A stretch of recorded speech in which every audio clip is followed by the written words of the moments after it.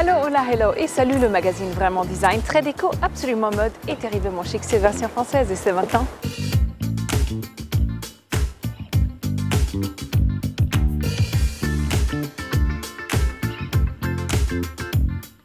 Sucré, coloré, envié, ce sont les créations de la durée. Zoom sur une coque craquante, celle du macaron.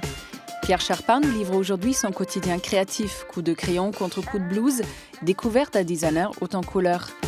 Mesdames, messieurs, aujourd'hui dans votre ville, le cirque est dans tous ses états. Roulement de tambour, ses repérages.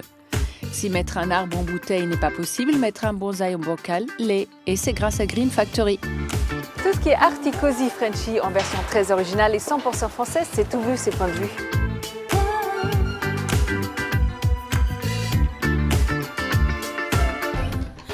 Un service de conciergerie qui s'occupe d'offrir chaque mois un cadeau sympa à un proche, c'est l'idée de la petite attention. Un comité sélectionne à travers le monde les cadeaux les plus cool et branchés et vous les recevez dans votre boîte à lettres prête à être emballée. Plus d'anniversaires oubliés que des amis gâtés. Toc toc toc, qui est là? C'est le syndicat. Ne vous fiez pas à cette aventure bardée d'affiches de concert ni à son air de chantilly inachevé, car derrière tout ça se trouve un bar à cocktail inspiré des speakeasy new-yorkais. Liqueurs spirituées et d'autres bitters dans une ambiance branchée, mais pas prétentieuse. Nous on dit chin. À travers ses illustrations et papiers découpés, Benjamin Lacombe nous plonge dans l'univers de Frida Kahlo. Voyage onirique à travers 9 thèmes s'inscrit comme une introspection dans le travail de l'artiste mexicaine. Des images étonnantes mêlées à des textes poétiques, un véritable moment hors du temps, inspirant. Entre imagerie populaire et touche urbaine, le label Maison Château-Rouge rend hommage au 18e arrondissement. Avec leur suite Château-Rouge, ils annoncent la couleur, jeu de matière et mix de culture. Tous les tissus sont achetés aux commerçants du coin et leurs créations sont produites en série limitée. Wax Power.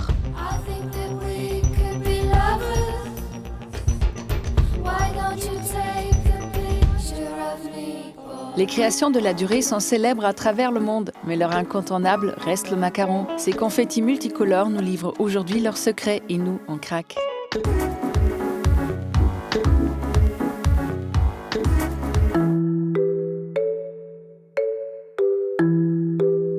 Ils sont petits, ronds, colorés, mais surtout à croquer. Plus besoin de présenter les macarons, ces petites bouchées gourmandes font rayonner la France à l'international.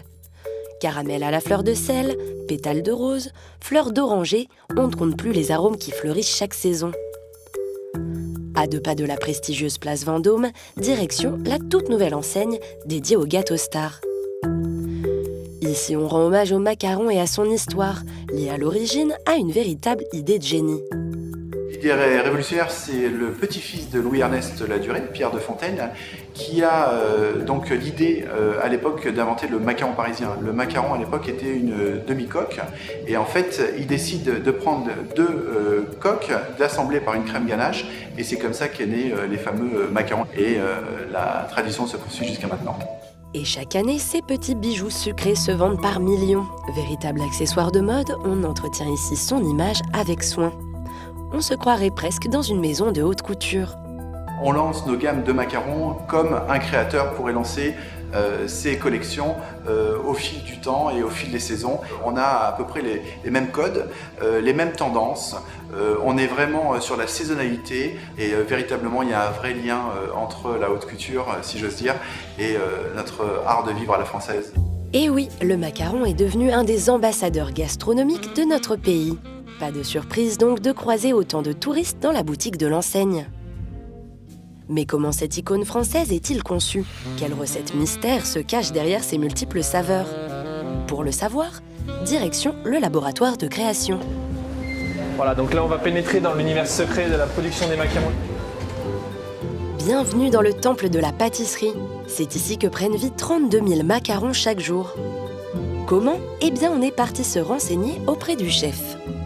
Donc la base pour réaliser un macaron, il nous faut des amandes, du sucre et après des blancs d'œufs. Voilà. À partir de ce moment-là, on a le colorant qu'on peut ajouter et on réalise notre appareil et nos biscuits. Vous voulez devenir pâtissier? Allez, on vous explique comment ça marche. Vous êtes prêts?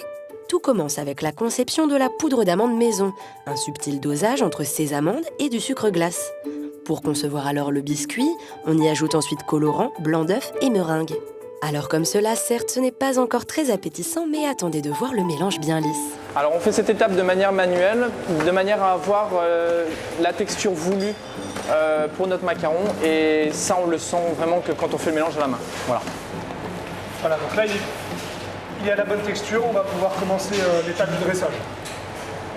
La magie commence alors à opérer. Lentement, la pâte va prendre forme. Elle sera cuite avant d'être garnie de manière artisanale. Et oui, à la main. Et c'est là qu'on va pouvoir choisir les saveurs qu'on veut obtenir, que ce soit de la confiture ou une petite crème, et faire en sorte d'avoir des collections différentes pour nos clients. Malgré les saveurs décuplées à l'infini, les best-sellers restent assez classiques. Vanille, chocolat et le délicieux caramel au beurre salé. Une fois le macaron prêt, avant de rejoindre les boutiques du monde entier, petit secret de la maison, les gourmandises passeront une nuit en chambre froide, afin que se crée une osmose entre la garniture et la coque. Au réveil, le macaron est prêt à être dégusté. Pour finir, conseil du chef, essayez de consommer vos macarons sous 5 jours afin de préserver au mieux toutes les bonnes saveurs du goût à la française.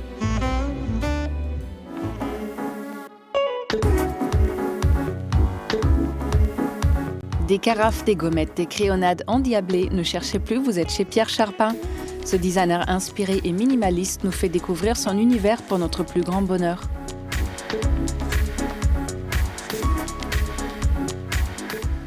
C'est une histoire de forme, de tout type de forme. D'une passion pour les formes, voici Pierre Charpin, designer. Enfin designer, plasticien, scénographe, et oui, l'homme sait tout faire. Cet acharné de travail œuvre au quotidien dans la recherche de projets nouveaux. Chaises, carafes, tables, fauteuils, les objets l'entourent et il leur donne une âme. Mais au fond, au cœur de l'ensemble de ses savoir-faire, quel est donc son réel métier ?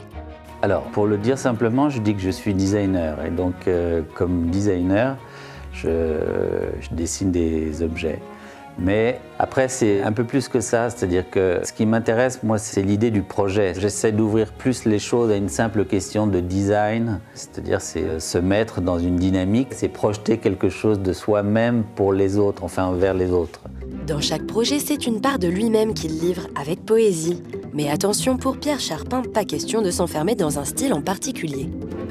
Il y a une tension entre le désir de faire quelque chose qui est très simple et en même temps qui soit sensuel. Un objet sensuel, c'est un objet qu'on appréhende avant tout par les sens. C'est-à-dire que les formes, j'arrive à les comprendre aussi, pas seulement par le regard, mais aussi par le toucher.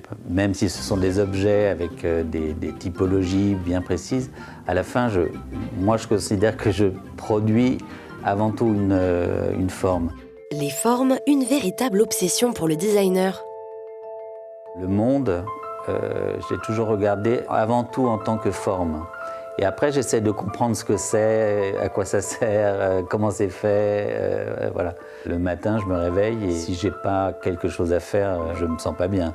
C'est-à-dire que c'est un besoin vital de tous les jours, entamer un projet. Il y a des projets, ils sont sur du long terme.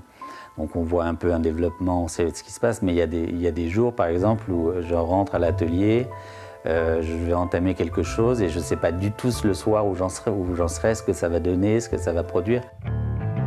Un acharnement et une passion qui payent, puisque Pierre Charpin a été élu designer de l'année 2017 par le salon Maison et Objets. Et pour obtenir une telle distinction, pas de hasard, tout est pensé, prédéfini, dessiné avec minutie. Alors, là, c'est un exemple intéressant pour expliquer un peu comment se passe un projet. Là, il s'agit de la carafe que j'ai dessinée pour Haut-de-Paris. Sur un objet comme ça, et d'une manière générale, je commence par ce travail sur le dessin, qui est sous forme de croquis. Et je produis énormément de croquis. Alors là, ça c'est une sélection, mais évidemment le reste, je l'ai jeté parce que je ne peux pas garder tous les croquis, ils ne sont pas tous intéressants. Mais tous ces croquis-là, en fait, montrent une sorte d'évolution. Et donc petit à petit, les choses se transforment. Et pour arriver à un croquis, qui est par exemple celui-là, qui est finalement très très proche de l'objet final. Cette passion pour les objets, Pierre la cultive chaque jour dans sa seconde maison, enfin dans son atelier.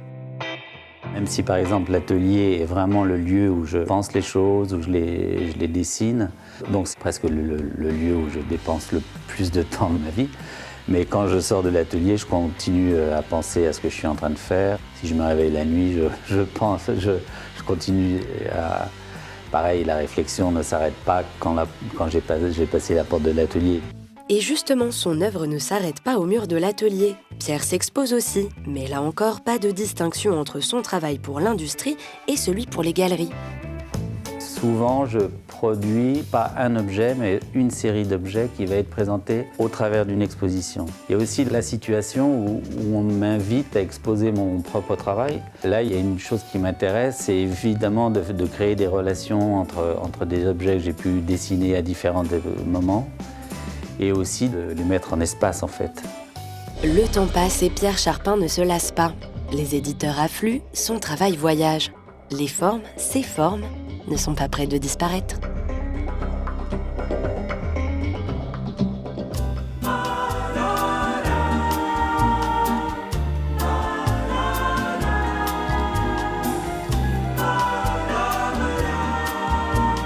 Bonjour Pierre. Bonjour, Merci de nous recevoir dans Version Française, dans votre atelier. je t'en prie.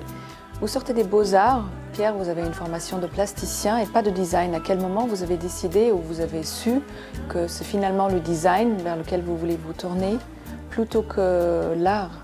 C'est un processus qui a mis beaucoup de temps, qui est déjà commencé à l'école des Beaux-Arts même, où j'ai commencé à m'intéresser à la question de l'objet, toujours dans l'idée de produire, on va dire, des formes, mais que ces formes cherchent à établir un lien plus direct en fait avec la vie quotidienne. Donc aujourd'hui, vous êtes bien designer et c'est bien défini, même si la frontière parfois entre design et art reste assez floue. Mais vous êtes beaucoup inspiré aussi du design des années 60 en Italie, du groupe Memphis, notamment de l'utilisation de la couleur. C'est vrai que cette question de la couleur, elle est très présente dans Memphis, mais moi je suis né de parents plasticiens et j'ai quand même vécu au milieu de la couleur. Et donc il y avait un rapport à la couleur qui était très naturel en fait chez moi. Et je pense qu'effectivement aujourd'hui ça se retrouve aussi dans ce que je fais. Pierre, chez vous, il y a le dessin utile sur forme A4 souvent, et ensuite le dessin que vous faites pour vous sur format plus grand. Le dessin qui est lié au projet, effectivement, je le fais généralement sur feuille volante. Moi, il me sert dans un premier temps à évacuer les choses qui encombrent mon esprit, en fait.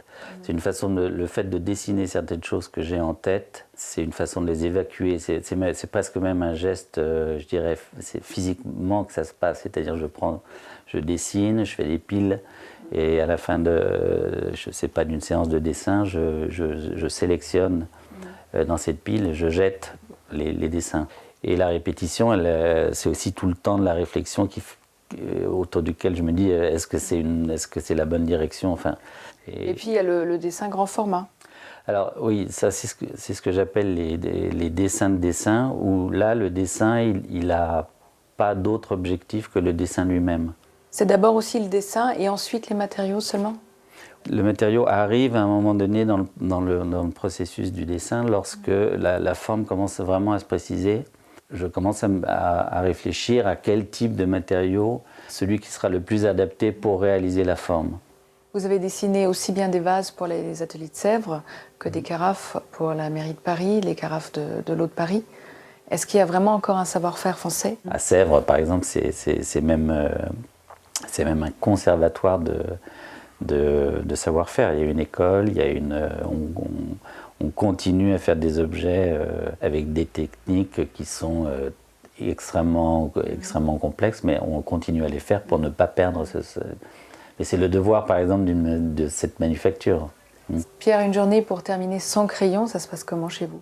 Généralement, je suis quand même presque tous les jours à l'atelier. Si c'est sans crayon, je fais d'autres choses. Mais vous restez dans l'atelier? Ouais. Pour moi, c'est un lieu qui est très important parce que c'est c'est le lieu où je fais les choses. Et par exemple, j'aime bien venir le dimanche parce que je suis tout seul déjà à l'atelier. Et parce que aussi je mets du recul sur les choses que j'ai fait pendant la semaine, je range, je fais des choses comme ça aussi. Je lis, voilà. Mais vous êtes dans votre univers. Ouais. Merci beaucoup Pierre. Merci à vous.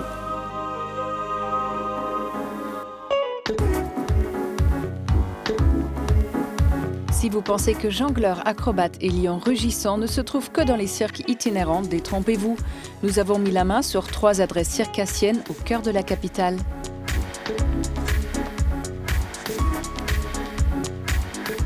Repérage, c'est votre rubrique dénicheuse de bons plans parisiens. Cette semaine encore, on a marché, couru, rampé, arpenté, cheminé, exploré les rues de la capitale en quête d'un Paris circassien. Clown d'un jour ou rêveur funambule de toujours, bienvenue dans l'univers de l'Académie Fratellini. Cette grande école de cirque située à la plaine Saint-Denis à 10 minutes de Paris s'affirme comme un lieu de création et de diffusion. Acteur du développement culturel de son territoire, l'Académie est ouverte aux professionnels comme aux amateurs. Apprentis clowns, petits et grands, se croisent régulièrement dans les couloirs de l'école. Mais l'Académie Fratellini, c'est avant tout un nom bien connu dans l'univers circassien. Les frères Fratellini, trio de clowns légendaires de l'entre-deux-guerres, ont marqué pendant plus de 30 ans les scènes parisiennes en brisant le duo classique du clown et de l'Auguste. Depuis 2003, l'Académie Fratellini fonde sa renommée mondiale sur l'excellence et l'innovation de son centre de formation supérieure. Le plus de l'école, c'est Apéro-Cirque, spectacle concocté par les apprentis, 2 semaines de création pour 2 représentations, avec à chaque fois un metteur en scène différent. Le mix parfait à ne pas manquer.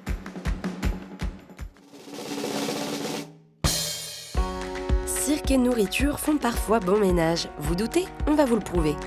Caché derrière la terrasse d'un hôtel particulier classé monument historique en plein cœur de Paris, le restaurant Le Cirque se révèle aux initiés et aux curieux. Donc, je m'appelle Grégory Pinon. J'ai fait l'acquisition de ce lieu avec mon associé Pascal Ranger en mars 2016. Quand on passe devant dans la rue, on ne s'attend pas à voir ça quand on passe la porte. Alors qu'on a une façade de brasserie, restaurant typiquement parisienne en face Beaubourg. Pour la petite anecdote, Alain Séban, ancien directeur du centre Pompidou, avait aussi eu en tête de racheter cet hôtel pour en faire le Beaubourg Circus. On a fait une table ronde en forme d'arc de cercle pour rappeler un peu la piste du cirque. Ici, pas de cuisiniers acrobates, mais des barman, parfois jongleurs. Une mise en scène qui est permanente. Voilà. À travers le travail des serveurs et des cuisiniers, on est dans le spectacle. Je me contente juste de sabrer les bouteilles de champagne, ce qui est un peu ma spécialité. Voilà. Autant d'éléments qui plantent le décor d'un délicieux spectacle à la française.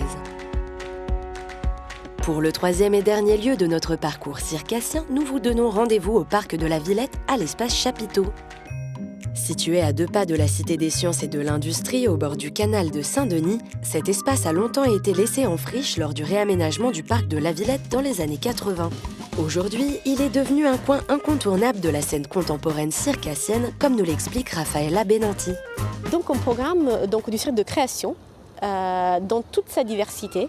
Il y a maintenant un univers très très riche de compagnies et d'artistes qui travaillent dans des démarches qui sont très très différentes, sur des esthétiques qui sont parfois éloignées, qui des fois s'apparentent d'autres disciplines, donc qui s'enrichissent de la rencontre avec la danse, le théâtre d'objets aussi, la vidéo. Et nous, on essaye ici de donner de la visibilité donc à des propositions très différentes dont nous apprécions la force. Entouré d'une délicate architecture en bois délimitant le lieu du reste du parc, l'espace chapiteau se transforme à chaque fois en fonction du projet qui est accueilli. Pendant toute l'année, il y a des artistes de disciplines différentes qui se rencontrent dans la base de vie, dans la cuisine, dans le foyer et qui viennent donc loger là pendant qu'ils créent leur spectacle. Il y a une tente restauration, il y a un espace de plein air avec une terrasse de bar, avec des braseros. Donc c'est tous des espaces entre lesquels le public circule et où les artistes et le public se rencontrent. Du cirque plume à la jeune compagnie Accor et Accro, vous avez le choix. De la légèreté à la comédie, de la poésie à l'acrobatie. Bien loin d'un art du cirque figé et conventionnel, la programmation de l'espace chapiteau de la Villette se veut moderne et ouverte à tout âge.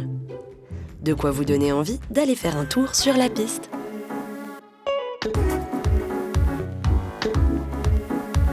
Ici, ce n'est pas Paris comme est en bouteille, mais de jolis écosystèmes autosuffisants.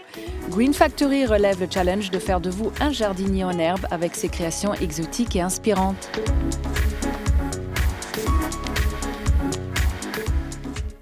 Noam Lévy a toujours eu la main verte. Aujourd'hui, avec son atelier boutique Green Factory, il a accompli un rêve d'enfant. Tout petit, j'ai vraiment fait beaucoup d'expériences sur des plantes, des bouturages, initiés par mes parents qui étaient intéressés par la question. Sa passion initiale, il l'a étoffée d'un véritable savoir-faire en menant recherche et observation, notamment grâce à son expérience dans un kibboutz en Israël, où il en a appris beaucoup sur le végétal et ses besoins.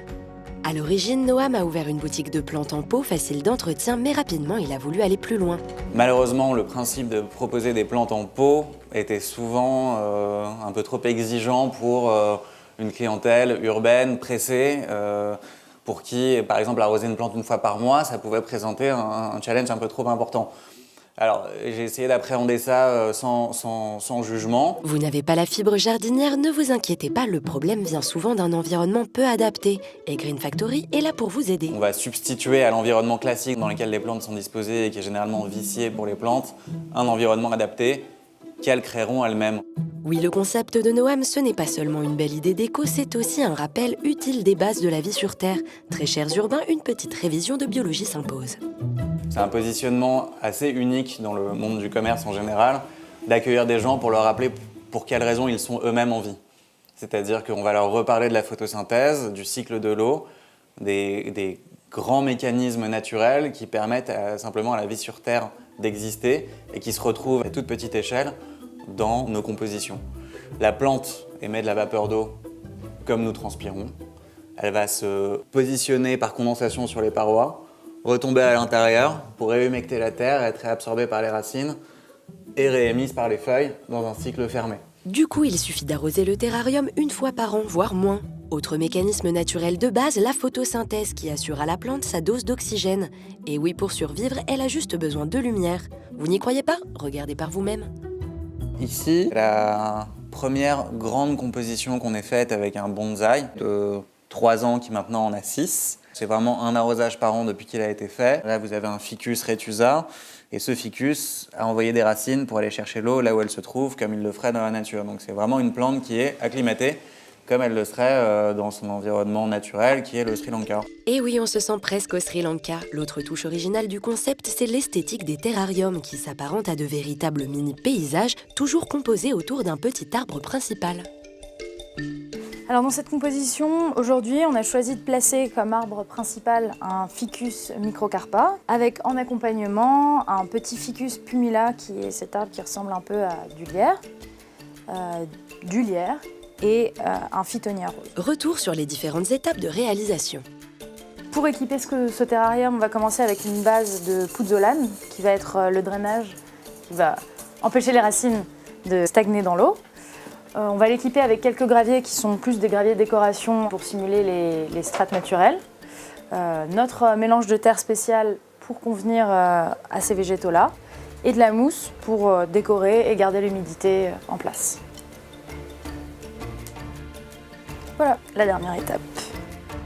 Avant de me lancer, j'ai quand même travaillé 1 an et demi, 2 ans à tester les substrats, quels seraient les meilleurs, les différents types de végétaux que je pouvais avoir autour de moi. C'est des assemblages ensuite, beaucoup de recherches esthétiques autour du contenant et de la verrerie en elle-même. La marque de Noam s'est agrandie. Entouré d'une petite équipe de créateurs végétaux, il propose plusieurs gammes de terrariums de différentes tailles et différents prix.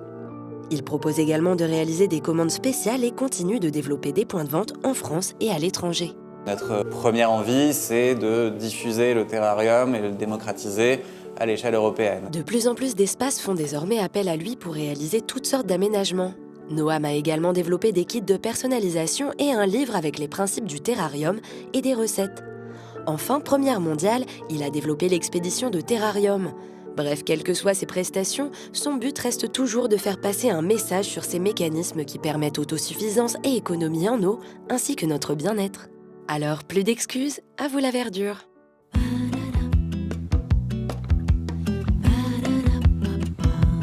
Version française est déjà finie, mais on se retrouve très vite avec Style. Bye!